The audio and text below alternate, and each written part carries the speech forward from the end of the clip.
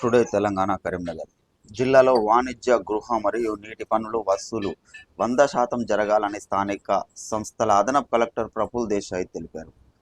జిల్లాలోని మున్సిపల్ పరిధిలో వాణిజ్య గృహ మరియు నీటి పన్నుల వసూళ్లపై మున్సిపల్ శాఖ అధికారులతో అదనపు కలెక్టర్ సమీక్షించారు. ఈ సందర్భంగా ఆయన మాట్లాడుతూ జిల్లాలో పన్ను వసూళ్లపై ప్రత్యేక శ్రద్ధ వహించాలని, పన్నుల చెల్లింపు చేయకుండా నిర్లక్ష్యం వహించే వారికి నోటీసులు జారీ చేయాలని, జిల్లాలో ఫిబ్రవరి నాటికి 80%, మార్చి చివరి నాటికి 100% పన్నులు వసూలు జరగాలని ఆదేశించారు.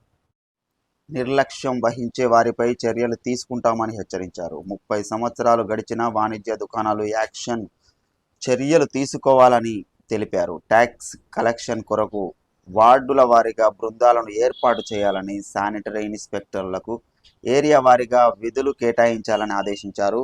పన్నులు వసూళ్లపై ఆకస్మిక తనిఖీలు కూడా నిర్వహిస్తానని తెలిపారు.